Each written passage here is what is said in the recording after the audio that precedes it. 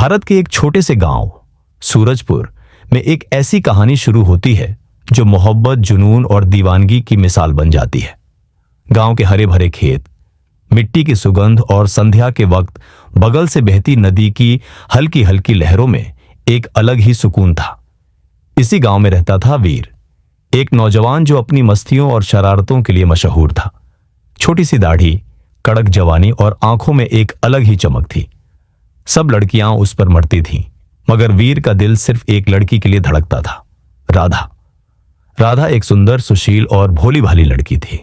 लंबी गेहुआ रंगत और बड़ी बड़ी आंखों में एक अजीब सी गहराई थी।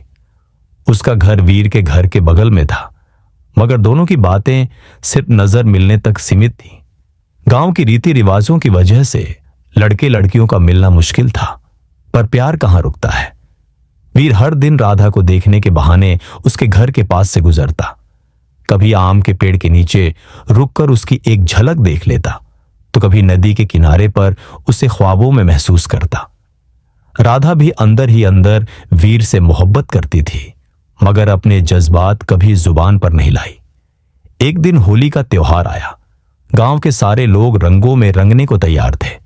वीर का दिल जोर से धड़क रहा था, क्योंकि उसे एक मौका मिला था राधा को अपने दिल की बात कहने का। जैसे ही राधा अपनी सखियों के साथ आई, वीर ने एक गुलेल से उस पर गुलाल उड़ा दिया। राधा ने गुस्से से देखा, पर फिर धीरे से मुस्कुरा दी। वीर ने आगे बढ़कर उसके कान के पास जाकर कहा, मुझे तेरी आंखों की गहराई में डूब जाना है राधा। राधा शर्मा गई, पर कुछ नहीं बोली। उसके दिल के अंदर आग लग चुकी थी। वह भी वीर से मिलना चाहती थी। उस रात राधा चुपके से अपने घर से निकलकर नदी के किनारे चली गई। वीर वहां पहले से ही इंतजार कर रहा था। चांदनी रात थी और दोनों के बीच बस एक गहरा सन्नाटा था। वीर ने राधा का हाथ थामकर कहा, राधा, तुझे पा ना सका तो ये जिंदगी बेकार है।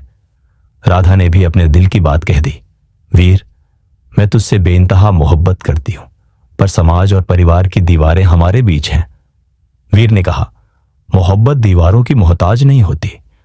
अगर तू चाहे तो हम इस गांव से दूर कहीं नया जीवन शुरू कर सकते हैं। राधा दो राहें पर थी, पर प्यार की शक्ति ज्यादा मजबूत थी।